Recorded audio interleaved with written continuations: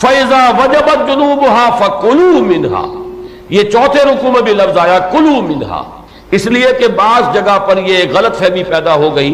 کہ جیسے ہمارے ہاں صدقے کا گوشت ہوتا ہے کہ جو صدقہ دے وہ خود نہیں کھا سکتا اس کو، یہ غربا کا حق ہے، تو یہ بھی کچھ لوگوں کے اندر یہ غلط فہمی ہو گئی تھی کہ قربانی کا گوشت آدمی خود نہیں کھا سکتا، تو قربانی کے بارے میں یہ فرق کیا گیا ہے، جیسا کہ آج کل ہمیں ہر شخص کو معلوم ہے کہ 3 حصے کیجئے،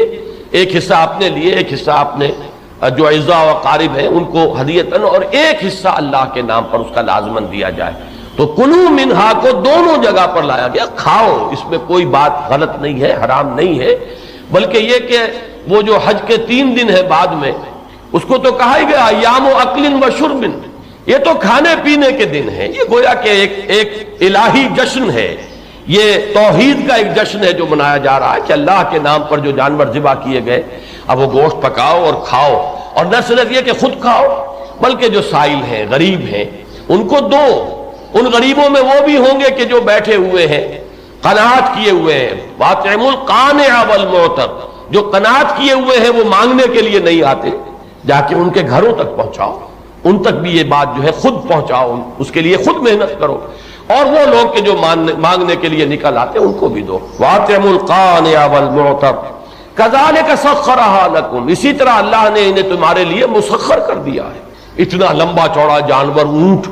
لیکن اللہ نے کیسے انسان کے لیے اسے مطیع بنا دیا ہے، اور کس طریقے سے انسان جو ہے اس سے کام لیتا ہے، سواری کرتا ہے،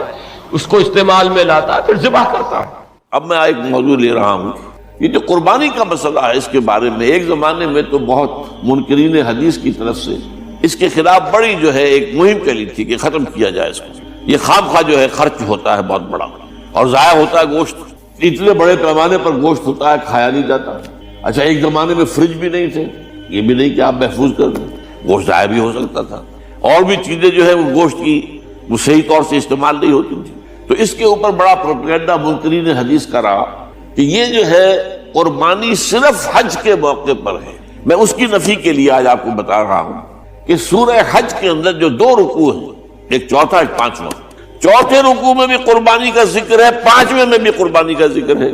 یہ ایک دم جو ہے ایک جگہ پر جو 2 طرح کی قربانیوں کا ذکر ہو رہا ہے، یہ کیوں ہو رہا ہے؟ چوتھے رکوع میں وہ مناسک حج کے ساتھ اس کا ذکر ہے، وہاں جو فرمایا گیا لِيَشْهَدُوا مَنَافِعَ لَهُمْ وَيَذْكُرُوا اسْمَ اللَّهِ عَلَى مَا رَزَقَهُم مِّن بَهِيمَةِ الْأَنْعَامِ فِي أَيَّامٍ مَّعْلُومَاتٍ عَلَى مَا رَزَقَهُم مِّن بَهِيمَةِ الْأَنْعَامِ فَكُلُوا مِنْهَا وَأَطْعِمُوا الْبَائِسَ الْفَقِيرَ، وہاں پہ قربانیاں دو، پھر اللہ کا نام لو ان جانوروں پر جو اللہ نے تمہیں عطا کیے ہیں، ان جو معین دنوں کے اندر دو، فی ایام معلومات، اور پھر اس میں سے خود بھی کھاؤ، اور جو ہے جو جیسے صدقہ کا گوشت ہوتا ہے وہ نہیں ہے، وہ قربانی کا گوشت ہے، اس میں سے آپ خود بھی کھائیں اور غربا کو کھلائیں، غریبوں کو دیں، مساکین کو دیں، تو یہ پورا حکم آ چکا ہے چوتھے رکوع کے اندر۔ پانچواں رکوع پورا کا پورا جو ہے وہ عید الاضحیٰ پر ہے میرے نزدیک۔ یہی حکمت صوم کے بارے میں ہے کہ وہاں جب ایک حکم تکرار کر کے آیا کہ پہلے فرما دیا گیا فَمَنْ كَانَ مِنْكُمْ مَرِيضًا أَوْ عَلَىٰ سَفَرٍ فَعِدَّةٌ مِّنْ أَيَّامٍ أُخَرَ، اگر بیمار ہو کوئی اور یہ یا کہ سفر پر ہو تو تعداد دوسرے دنوں میں پوری کرے۔ پھر کیا وجہ دوبارہ آ رہا ہے؟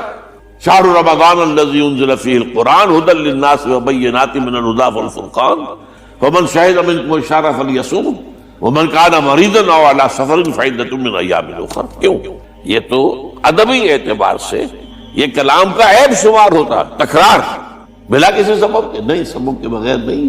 وہاں کیا تھا؟ وہاں ان 2 رعایتوں کے ساتھ تیسری بھی شامل تھی کہ اگر صحیح ہو اور مقیم ہو پھر بھی روزہ نہ رکھو تو ایک مسکین کو کھانا کھلا دو۔ یہ رعایت ختم ہوئی ہے رمضان کے روزے کے ساتھ، اب رکھنا پڑے گا روزہ، اور اگر بیمار ہو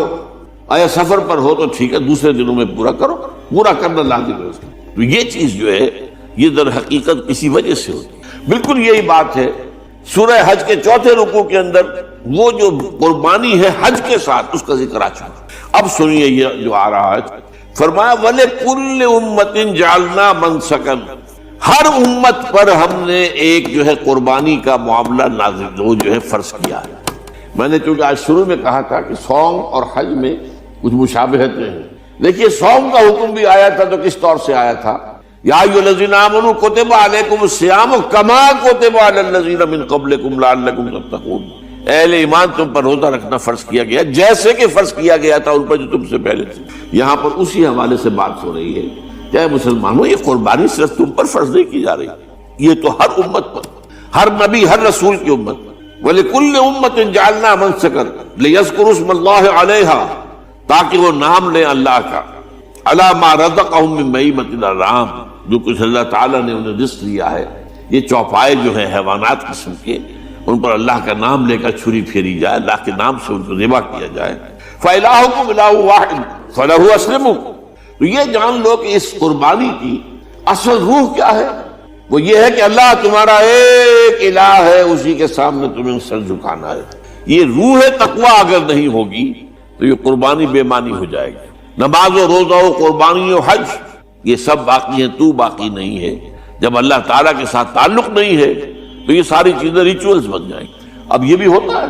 20-20 25-25 ہزار کے بکرے جو ہیں وہ لوگ لیتے ہیں، پھر ان کو گھماتے ہیں پھراتے ہیں، ان کے اوپر ریشمی چادریں چڑھاتے ہیں، ان کو جو ہے وہ مہندی لگا کر،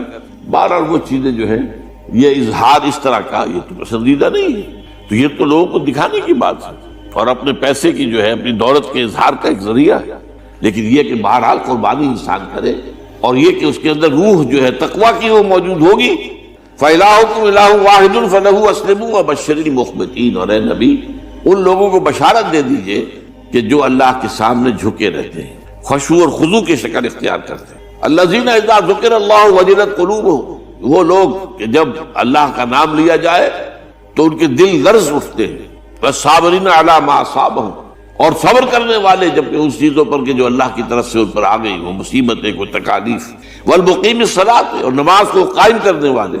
ومما رزقناہم ينفقون، اور جو کچھ ہم نے انہیں دیا ہے اس میں سے خرچ کرنے والے۔ یہ ایک نظام ہے پورا کا پورا جو آیت میں بیان کر دیا گیا، اس کا ایک جز جو ہے وہ یہ بھی ہے وَلِكُلِّ أُمَّةٍ جَعَلْنَا مَنسَكًا، یہ قربانی کا معاملہ جو ہے یہ بھی ہم نے ہر امت کے اوپر فرض کیا، ہر امت جو ہے اس کے اوپر لازم کیا گیا، اور مسلمانوں آج تم پر بھی لازم کیا جا رہا ہے۔ وَالْبُدْنَ جَعَلْنَاهَا لَكُم مِّن شَعَائِرِ اللَّهِ، اور یہ جو قربانی کے اونٹ ہیں، یہ خاص طور پر چونکہ عرب میں تو اونٹ کی قربانی ہوتی تھی، دوسرے جانور تو وہاں کم ہوتے ہیں، اور بہرحال ان کی قیمتی متاع بھی اونٹ ہے۔ وَالْبُدْنَ جَعَلْنَاهَا لَكُم مِّن شَعَائِرِ اللَّهِ، یہ اللہ تعالیٰ کے شاعر میں سے یہ اونٹ جو ہے یہ قربانی کا اونٹ ہے، یہ مکے لے جایا جا رہا ہے، یا یہ بکرے اور یہ مینڈے جو ہیں یہ قربانی کے ہیں، یہ وہاں جا رہے ہیں، تو یہ بھی گویا کہ ایک طرح سے اللہ کی نشانیاں بن جاتی ہیں۔ ان کے حوالے سے اللہ تعالیٰ کا ایک تصور اور اللہ تعالیٰ کے ساتھ ایک ذہنی رشتہ قائم ہوتا ہے۔ لیکن فیہا خیر، تمہارے لیے اس میں خیر ہے، بھلائی ہے۔ چنانچہ جب وہ جاتے تھے حج کے لیے تو جو بھی ان کے ساتھ دودھ دینے والا جانور ہے، قربانی کی نیت ہے لیکن دودھ جو ہے اس کا استعمال کر سکتے ہیں درمیان، اور بھی کوئی اگر ان کی کوئی چیزوں سے فائدہ اٹھانا ہو، لکم فیہا خیر فاذکروا اسم اللہ علیہا، تو اب ان کا اللہ کا نام لو اس کے اوپر، صواف صفیں باندھ کر وہ اونٹ کھڑے ہوتے ہیں اور ان کو نحر کیا جاتا ہے۔ آپ کو معلوم ہے ذبح نہیں ہوتا اونٹ، اتنا بڑا جانور ہے، گردن کتنی موٹی ہے، اس کا ذبح کرنا بڑا مشکل ہے، نہر کہتے ہیں اس کو۔ کھڑا ہے اونٹ اور ایک برچھا، چھوٹا سا برچھا ہے جو اس کے یہاں گردن کے یہ جہاں آ کر دونوں ہنسلیاں ملتی ہیں وہاں پر مارا جاتا ہے، اور یہاں سے جو بہت بڑی وین ہے وہ در حقیقت ایورٹا، وہ جو ہے ختم ہوتا ہے، تو وہاں سے خون کا پھر فوارہ آتا ہے، اور اس کے بعد پھر وہ اونٹ کھڑا کھڑا وہ رفتہ رفتہ اس کا جب خون نکل جاتا ہے تو وہ کمزور ہو کر نیچے گر جاتا ہے۔ یہ نحر، یہ جو قربانی کا مسئلہ ہے، اس کے بارے میں ایک زمانے میں تو بہت منکرین حدیث کی طرف سے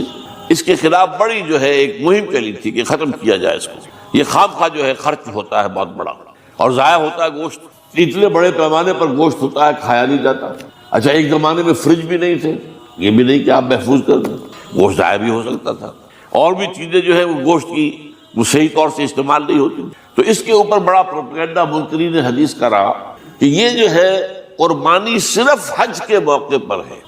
میں اس کی نفی کے لیے آج آپ کو بتا رہا ہوں کہ سورہ حج کے اندر جو 2 رکوع ہیں، ایک چوتھا ایک پانچواں،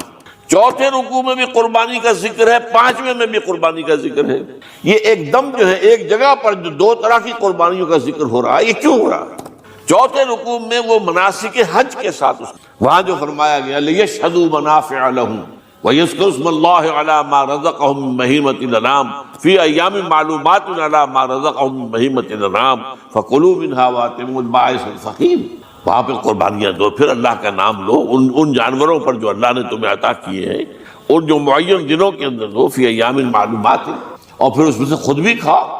اور جو ہے جو جیسے صدقہ کا گوشت ہوتا ہے وہ نہیں ہے، وہ قربانی کا گوشت ہے، اس میں سے آپ خود بھی کھائیں اور غرباء کو کھلائیں، غریبوں کو دیں، مساکین کو دیں۔ تو یہ پورا حکم آ چکا ہے چوتھے رکوع کے اندر۔ پانچواں رکوع پورا کا پورا جو ہے وہ عید الاضحیٰ پر ہے میرے نبی۔ یہی حکمت صوم کے بارے میں ہے کہ وہاں جب ایک حکم تکرار کر کے آیا کہ پہلے فرما دیا گیا فمن کان منکم مریضا او علی سفر فعدۃ من ایام اخر، اگر بیمار ہو کوئی اور یہ یا کہ سفر پر ہو تو تعداد دوسرے دنوں میں پوری کرے۔ پھر کیا وجہ دوبارہ آ رہا ہے؟ شہر رمضان الذی انزل فیہ القرآن ھدی للناس وبینات من الھدی والفرقان فمن شہد منکم الشہر فلیصم ومن کان مریضا او علی سفر فعدۃ من ایام اخر۔ کیوں؟ یہ تو ادبی اعتبار سے یہ کلام کا عیب شمار ہوتا، تکرار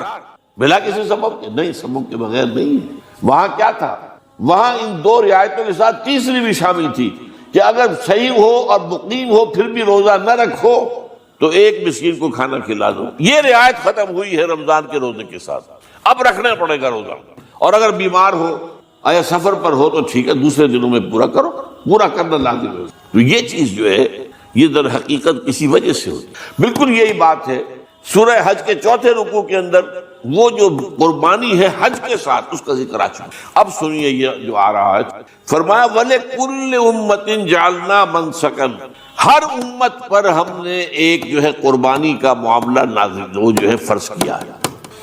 میں نے چونکہ آج شروع میں کہا تھا کہ صوم اور حج میں کچھ مشابہتیں ہیں۔ دیکھیے صوم کا حکم بھی آیا تھا تو کس طور سے آیا تھا؟ یا ایھا الذین آمنوا کتب علیکم الصیام کما کتب علی الذین من قبلکم لعلکم تتقون، اہل ایمان تم پر روزہ رکھنا فرض کیا گیا جیسے کہ فرض کیا گیا تھا ان پر جو تم سے پہلے تھے۔ یہاں پر اسی حوالے سے بات ہو رہی ہے کہ مسلمانوں یہ قربانی صرف تم پر فرض نہیں کی جا رہی، یہ تو ہر امت پر، ہر نبی ہر رسول کی امت پر۔ وَلِكُلِّ أُمَّةٍ جَعَلْنَا مَنْسَكًا لِيَذْكُرُوا اسْمَ اللَّهِ عَلَيْهَا، تاکہ وہ نام لیں اللہ کا، عَلَى مَا رَزَقَهُم مِّن بَهِیمَةِ الْأَنْعَامِ، جو کچھ اللہ تعالیٰ نے انہیں رزق دیا ہے۔ یہ چوپائے جو ہیں حیوانات قسم کے، ان پر اللہ کا نام لے کر چھری پھیری جائے، اللہ کے نام سے ان کو ذبح کیا جائے۔